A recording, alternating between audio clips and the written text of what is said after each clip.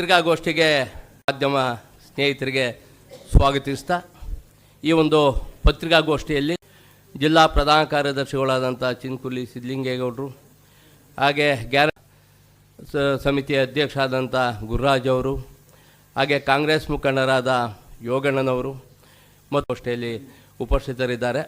ನನ್ನ ಹೆಸರೇನು ಹೇಳೋದು ಬೇಡ, ಎಲ್ಲರಿಗೂ ಗೊತ್ತಿದೆ. ಹಾಗೆ ಇನ್ನೊಬ್ಬರು ಕಾಂಗ್ರೆಸ್ ಯುವ ಮುಖಂಡರು ಚದುವರಾಜ ಸ್ವಾಮಿ ಅಭಿಮಾನಿ ಬಳಗದ ಜಿಲ್ಲಾಧ್ಯಕ್ಷ ಅಂತ ನವೀನ್. ಹಲವಾರು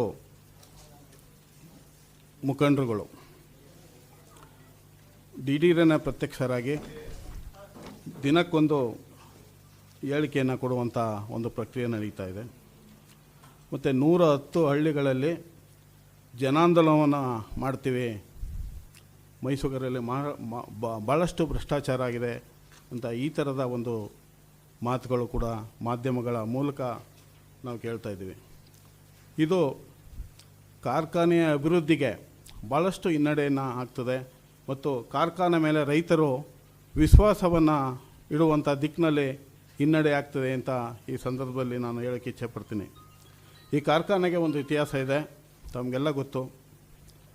2ನೇ ಮಹಾಯುದ್ಧ ಆದಂಥ ಸಂದರ್ಭದಲ್ಲಿ ಏನೋ ಪೆಟ್ರೋಲ್ ಡೀಸೆಲ್ಲು ಬರೋದು ನಿಂತಂಥ ಸಂದರ್ಭದಲ್ಲಿ ಎಥನಾಲ್ ಮೂಲಕ ಇಂಧನವನ್ನು ಉತ್ಪತ್ತಿ ಮಾಡಿ ಇಂಧನವನ್ನು ಒದಗಿಸಿದಂಥ ಒಂದು ಇತಿಹಾಸ ಇಡೀ ಪ್ರಪಂಚದಲ್ಲಿ ಮೈಸೂರು ಕಾರ್ಖಾನೆಗಿದೆ. ಇಂಥ ಒಂದು ಐತಿಹಾಸಿಕ ಕಾರ್ಖಾನೆ ಅವಸಾನದ ಅಂಚಿನಲ್ಲಿತ್ತು. ಅದರ ಆಸ್ತಿಯನ್ನು ಕಬಳಿಸುವಂಥ ಒಂದು ಪ್ರಕ್ರಿಯೆ ನಡೀತಾ ಇತ್ತು. BJP ಸರ್ಕಾರದ ಅವಧಿಯಲ್ಲಿ ಕಾರ್ಖಾನೆ ಪರಬರೆಯ ಹಂತದಲ್ಲಿತ್ತು. ನಮ್ಮ ಸ್ನೇಹಿತರು ಕೆಲವರು ಹೇಳ್ತಾರೆ ನಾವು ಹೋರಾಟ ಮಾಡಿ ನಿಲ್ಲಿಸ್ತು ಅಂತ. ನಿಜ, ಹೋರಾಟ ಮಾಡೋದು ನಿಜ. ನಾವು CD ಗಂಗಾಧವರ ನೇತೃತ್ವದಲ್ಲಿ ನಾವು ಕೂಡ ಆ ಕಾರ್ಖಾನೆ ಉಳಿಸುವಂಥ ಒಂದು ಪ್ರಯತ್ನವನ್ನು ಮಾಡಿದೋ. ಆದರೆ ಆ ಕಾರ್ಖಾನೆ ಇವತ್ತು ಸರ್ಕಾರಿ ಸ್ವಾಮ್ಯದಲ್ಲಿ ಉಳಿಬೇಕಾದ್ರೆ ಒಂದು ಕಾಣದ ಕೈ ಕೆಲಸ ಮಾಡಿದೆ. ಏನು ವಿರೋಧ ಪಕ್ಷದ ನಾಯಕರಾದಂಥ SR ಪಾಟೀಲ್ರವರು ಯಡಿಯೂರಪ್ಪನವ್ರನ್ನ ಮನವೊಲಿಸಿ ಮತ್ತು BJP ಎಲ್ಲ ಮುಖಂಡರ ಮನವೊಲಿಸಿ ಆ ಕಾರ್ಖಾನೆ ಸರ್ಕಾರಿ ಸ್ವಾಮ್ಯಕ್ಕೆ ಉಳಿಸುವಂಥ ಒಂದು ಪ್ರಯತ್ನದಲ್ಲಿ ಸಫಲ ಆಗಿರೋದು SR ಪಾಟೀಲ್ ಅಂಥವ್ರನ್ನ ಇವತ್ತೊಂದು ದಿವಸ ನಾವು ಸ್ಮರಿಸಬೇಕಾಗಿದೆ. ಮತ್ತು ಇವತ್ತು ಕೆಲವು ಆರೋಪಗಳನ್ನ ಕಾರ್ಖಾನೆ ವಿರುದ್ಧವಾಗಿ, ಕಾರ್ಖಾನೆ ಆಡಳಿತ ಮಂಡಳಿಯ ವಿರುದ್ಧವಾಗಿ ಕೆಲವರು ಆರೋಪ ಮಾಡಿರುವ ವಿಚಾರವಾಗಿ ಅಧ್ಯಕ್ಷರು ಹಲವಾರು ಸಾರಿ ಇಲ್ಲಿ ಮಾಧ್ಯಮದ ಮೂಲಕ ಅದಕ್ಕೆ ಉತ್ತರವನ್ನು ಕೊಟ್ಟಿದ್ದಾರೆ. ಮತ್ತು ಕಾರ್ಖಾನೆಯ ಆವರಣದಲ್ಲಿ ರೈತ ಹಿತರಕ್ಷಣಾ ಸಮಿತಿಯ ಪದಾಧಿಕಾರಿಗಳನ್ನು ಕರೆದು 2 ಸಭೆಗಳನ್ನು ಮಾಡಿ ಅಲ್ಲಿ ಗಂಭೀರವಾದಂಥ ಚರ್ಚೆಗಳನ್ನು ಮಾಡಿದ್ದಾರೆ. ಅದರಲ್ಲಿ ಮೊದಲನೇ ವಿಚಾರವಾಗಿ ಮೊನ್ನೆ ಒಬ್ಬರು ಸ್ನೇಹಿತರು ಆರೋಪಗಳನ್ನು ಮಾಡಿದರು. ಏನು ಈ ನಿರುಪಯುಕ್ತ ವಸ್ತುಗಳನ್ನು ಮಾರಾಟ ಮಾಡೋದಕ್ಕೆ, ವಿಲೇವಾರಿ ಮಾಡುವಂಥ ಸಂದರ್ಭದಲ್ಲಿ ಅನುಮತಿಯನ್ನು ಪಡೆದಿಲ್ಲ, ಬಿ ಮಿಲ್ ಮಾರಾಟ ಮಾಡೋದಕ್ಕೆ ಅನುಮತಿಯನ್ನು ಪಡೆದಿಲ್ಲ ಅಂತ ಒಂದು ಆರೋಪವನ್ನು, ಗಂಭೀರವಾದಂಥ ಆರೋಪವನ್ನು ಮಾಡಿದ್ದಾರೆ. ಆದರೆ 8/10/2025 ಬೋರ್ಡ್ ಮೀಟಿಂಗ್ನಲ್ಲಿ ಅದು ಅಪ್ರೂವಲ್ ಆಗಿದೆ. ಬೋರ್ಡ್ ಮೀಟಿಂಗ್ನಲ್ಲಿ CND ಸೆಕ್ರೆಟ್ರಿ ಮತ್ತು ಶುಗರ್ ಕಮಿಷನರು ಇಬ್ಬರೂ ಕೂಡ ಆ ಸಭೆಯಲ್ಲಿ ಇದ್ದು ಅನುಮತಿಯನ್ನು ನೀಡಿರುವಂಥ ವಿಚಾರ. ಮತ್ತು ಇದು ರಾಜ್ಯ ಮಟ್ಟದ ಪತ್ರಿಕೆಗಳಲ್ಲಿ ಪ್ರಕಟಣೆ ಮಾಡಿ ಈ ಟೆಂಡರ್ ಮೂಲಕ ಅದು ಟೆಂಡರು ಅಪ್ರೂವಲ್ ಆಗಿದೆ ಅನ್ನೋ ಮಾತನ್ನು ಕೂಡ ಈಗಾಗಲೇ ಅಧ್ಯಕ್ಷರು ಹೇಳಿದ್ದಾರೆ. ಇಲ್ಲಿ ದಾಖಲೆಗಳನ್ನು ಕೂಡ ನಿಮ್ಮ ಹಂತಕ್ಕೆ ಕೊಟ್ಟಾಗಿದೆ. ಇದು ಪೂರ್ತಿ.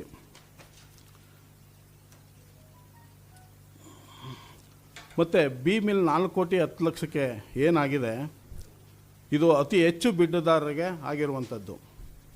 ಮತ್ತು ಬಿ ಮಿಲ್ ಮಾರಾಟ ಮಾಡುವಂಥ ಸಂದರ್ಭದಲ್ಲಿ ಇವತ್ತು ಪಾಂಡುಪುರ ಶುಗರ್ ಫ್ಯಾಕ್ಟ್ರಿಲಿ ಒಂದು ಮಿಲ್ಲನ್ನು ಬರೀ 90 ಲಕ್ಷಕ್ಕೆ ಮಾರಾಟ ಮಾಡಿದ್ದಾರೆ. ಇಲ್ಲಿ ಮೈಸೂರಲ್ಲಿ 4,10,00,000 ಮಾರಾಟ ಆಗಿರೋದು.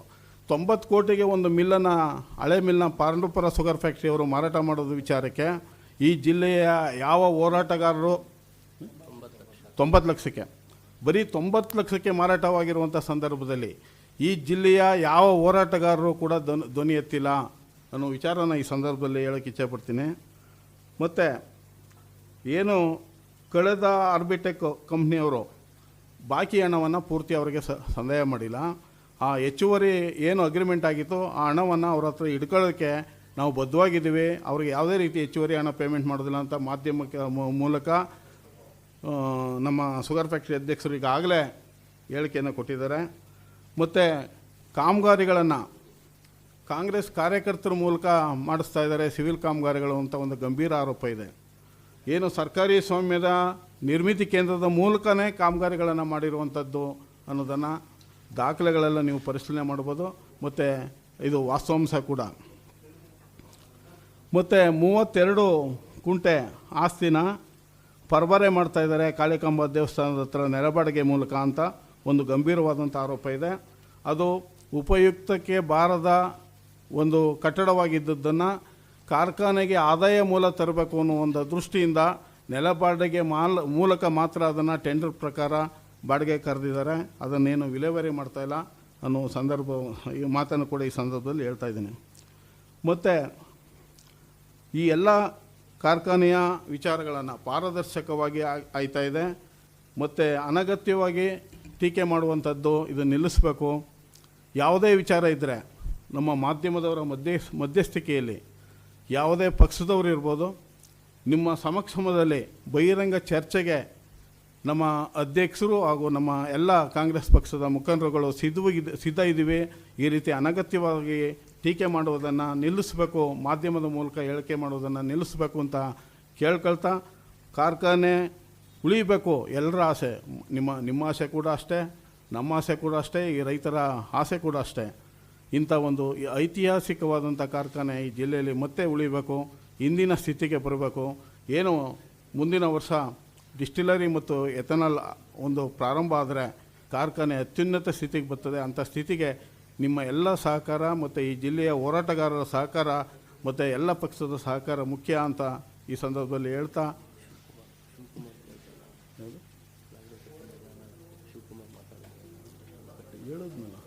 ಮತ್ತು ಶಿವಕುಮಾರ್ ಅವರು ಮೊನ್ನೆ ಕೂಡ ಮಾಧ್ಯಮದಲ್ಲಿ ಹೇಳಿದ್ದಾರೆ, ಅವರೇ ಪಕ್ಷದ ಅಧ್ಯಕ್ಷರಾಗಿದ್ದಂಥ ಸಂದರ್ಭದಲ್ಲಿ ಮಾಡಿದಂಥ ಭ್ರಷ್ಟಾಚಾರವನ್ನು ಮರೆತು ಅವರು ಈ ರೀತಿ ಅನಗತ್ಯ ಟೀಕೆ ಮಾಡೋದನ್ನು ನಿಲ್ಲಿಸಬೇಕು ಅಂತ ಈ ಸಂದರ್ಭದಲ್ಲಿ ಹೇಳ್ತಾ, ಸುಳ್ಳು ಮಾಹಿತಿಯನ್ನು ಸುಳ್ಳು ವಿಚಾರನ ಮಾಧ್ಯಮದ ಮೂಲಕ ಹೇಳೋದನ್ನು ನಾವು ಈ ಸಂದರ್ಭದಲ್ಲಿ ನಿಮ್ಮ ಮೂಲಕ ಖಂಡಿಸ್ತಾ ಇದ್ದೀವಿ ಅಂತ ಮಾತನ್ನು ಹೇಳ್ತಾ